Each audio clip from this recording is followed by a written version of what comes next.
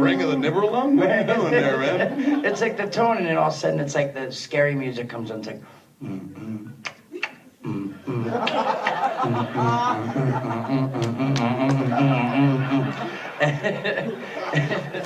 know, you got to get into it and get a score going and shit. And then all of a sudden I'm like, do, do, do, do. Do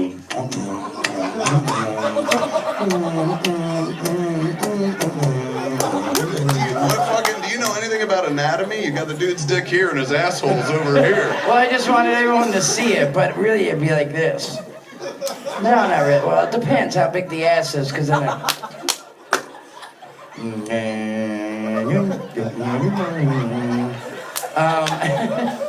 I did cry, though, during Real Steel the other day. Real Steel, like... Oh, back to crying. I was like, I thought we were talking about how you suck dick, and suddenly you're like, Real Steel really broke me up, man. You watched it? I did, on the plane. What made you cry? It was like the the kid telling the dad, like, that he's like, I just wanted you to fight for me. And I was like, yeah, just fight for it, man. Who's getting sucked? You're so emotional, you just grab for dick? The random dude next to me on the plane. So I was like, no, no. And then I was like this.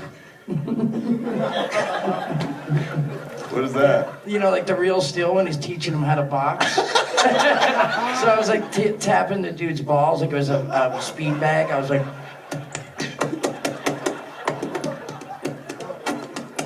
Oh my gosh, it was an adventure. So wait a sec, Alec Baldwin gets thrown off a plane for playing Words with Friends, and you got away with that? Oh yeah, blankets. That's right, I was They're like, somebody's making a fort, man. They're like, no, he's not making a fort. He's making love.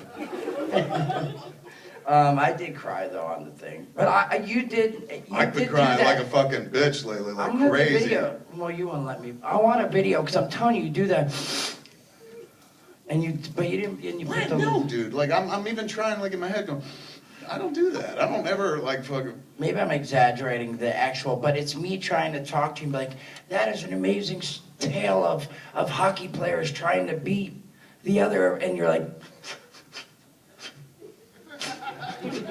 Well, you make it seem like I'm acting and shit. No. But, you know, you did do that. But maybe not so. Yeah, you put a little John Lovitz into it, like master thespian. Put on my lips and shit. I have no shortage of practice of crying lately. I've been talking about it on all the podcasts. Scully, our oldest dog, is dying by inches. But she's actually doing pretty damn well. She's hanging in there. She's got a real fucking zest for life. And this is the longest stretch I'm going to be away from her in the span of a month and whatnot. Because I've gone on to pretty much active duty with the dog all the time. Like I wake up, immediately check to see if she pissed or shit because she can't walk anymore. And then immediately have to move her down to my office and whatnot. And then I spend all day next to her, always like looking over her to see if she's taking a shit or piss and stuff. Just change her out and then feed her. It's just, it's weird. It's like taking care of somebody in a hospital, more or less. So I've been locked into the room with the dogs, and that also locks me into the room with the other animals. I'm telling you, if you go into my office lately, it's like that fucking Matt Damon movie that nobody saw about the zoo. It's just, there are animals fucking galore, and I didn't buy this zoo, I fucking inherited it. Like the dogs, yes, we have a big part to play. We brought the dogs into the house, the dogs are definitely ours. But now I've got like, I've never been an amphibian person or a reptile person. I don't like, I'm not one of those fuckers like, look at my snake, watch me feed it a mouse, like that. My cousin had a snake once. He was like, watch it eat a mouse, and it fucking haunted me for 15 years, man. I was like, why didn't I save that mouse? Like, he was right there. The snake didn't go. The snake was so slow. If I just reached in and saved him, like, let's get out of here.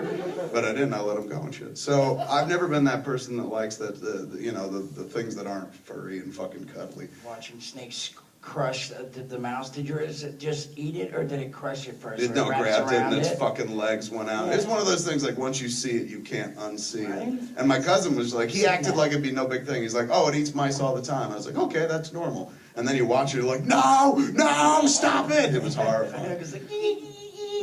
Yeah, there is noises and shit. So I've got turtles now, and I've got tortoises because the kid, when she was younger, she got turtles, like little water turtles. They were like this big when we got them, like a quarter. They were a gift from somebody. Which is always a weird gift to give somebody a pet, because it's like, here's a life form. Good luck, you know. You're like, does it eat rats? Yeah, I don't want to see shit die. The turtles, they had like a little tank this big, and they lived in for a long time, probably way longer than they should have. And they would get big and just like bounce, like they couldn't swim. They'd pick up one wall, back into the wall, bump into the wall with their head. And, you know, I'd be like, shouldn't we get them a bigger tank? And Jen's just like, do you really even want to encourage this turtle thing? I was like, they're here, they're living here. We got to make them comfortable, man. They're our prisoners for life. You know, let's put a little something into it and shit. So I got kind of tired of watching Harley like ignore the turtles. They needed more attention. They needed a bigger place to live, and they, you know, she wasn't feeding them on a regular basis and whatnot. Every morning I'd wake up and be like, "Do you feed the turtles?" She had a fish too, like one of these horrible beta fish that has to live by itself. She called it Mr. TTT, and this motherfucker like ate ravenously these little weird pellets. You drop them in the water, and he was like, just disappeared and look at you like more. She wouldn't take care of Mr. TTT. I'd go down there every night. I started like saying goodnight to Harley and also making sure that I was feeding this damn fish. She's a kid. She's not like real good. She wants the pet, and then she has it, and she's like, someone else will take care of it. And that someone else slowly became me. So I took the turtles, and the difference. Turtles could go in water, tortoises, not so much. She has both. I took the turtles first up to my office. First thing I did was get them a bigger place to live. And they seemed to get into it and shit. And I was like, right on, man. They seem kind of happy as a turtle could be. They don't have eyebrows, so they can't express shit. So then I was like, I started looking online. I saw like, oh, there's a coffee table you can buy that's a turtle tank. Like, it's a big table, and you put a top onto it, and you put books on it and shit, and then, you know, people come over, and you're like, have a piece of cake. Oh, by the way, you know, and you move it, and you're like, turtles! Totally. So I was like, I'm gonna get one of those, and I got it, and it was all right, but the table was too low. Like, Shecky spent a lot of time trying to get into it, and I know she would have found a way to knock off the top, get inside, be like, you know. So I was like, all right, I'm done with it. I'll use it as a tank, but not as a table. Put it up on its own thing. And they grew into that. They started getting bigger. The thing about these turtles, you give them a bigger environment, they'll just get bigger and bigger. So then I felt bad because they were like this big, like kind of that's their shells and shit. And they're in a tank that's kind of like this, but I was like, they deserve more, man. They should have more space and shit. So I found this the Turtle Mike who comes and cleans the turtle tanks and shit. Turtle Mike comes in. I was like, Turtle Mike, where can I get a bigger, you know, container than this? And he was like, first off, please don't call me Turtle Mike.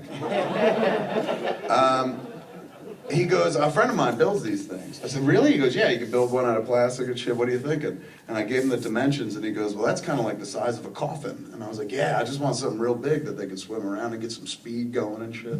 Because they would, you know, they'd start moving, then bang, they'd hit a wall. So you want to give them some space. So he's like, let me look into it. He built, like, had it built, his buddy built it and stuff, cost me maybe $1,000, $2,000 or something like that. It's a massive tank, it's as big as this table. It's about this high, filled with water, and they live in there, and they seem to be more content. So then Harley has these tortoises downstairs. She had them in a box. Like the turtles get a tank they could see out. These tortoises are in like 4 walls. No, at first she had one by itself, snappy, bro. 4 walls, no real window. Goes out to one section, there's some bars and shit like that. It could kind of look up and be like, I wonder what's beyond this fucking box. But other than that, man, bleak existence. You give it lettuce twice a day and shit. It comes out of the dark, eats lettuce, looks up like somewhere out, goes back in and shit. And I felt so bad. And Harley would like, you know, like take the cage and draw on it with markers and shit, like Snappy's home and whatnot. Make it very festive, but it always reminded me of that train car in the middle, you know, when they talk about World War II, they had clowns to walk people into the fucking gas chambers, and they used to paint up train cars colorful and shit like that. And I look at his case and I'm like, this is a lie. Like this, all this happiness and color outside the cage, right inside, this animal is in hell. Like this is really bad. So I was like, I'm gonna take the turtle. I don't think you're dealing with the tortoises that well. She had a tortoise by itself, Snappy, for years. And then one day, I think Harley got a tooth pulled, and she was like, can I get another one? And we were like, okay, we got another one. And put them together in this fucking 4-wall environment, and nobody really paid attention to them, you know? Like, everyone assumed, like, yay, Snappy's got a friend and shit. That was Harley back in the day. You give her anything, a toy, a pet, anything, and the name was so, like, she'd take whatever it is, put a Y on it. So you give her a panda, she's like, what's the panda's name? Pandy. And you're like, all right, fair enough, fair enough. But then when you got to the, like, what's the Snappy?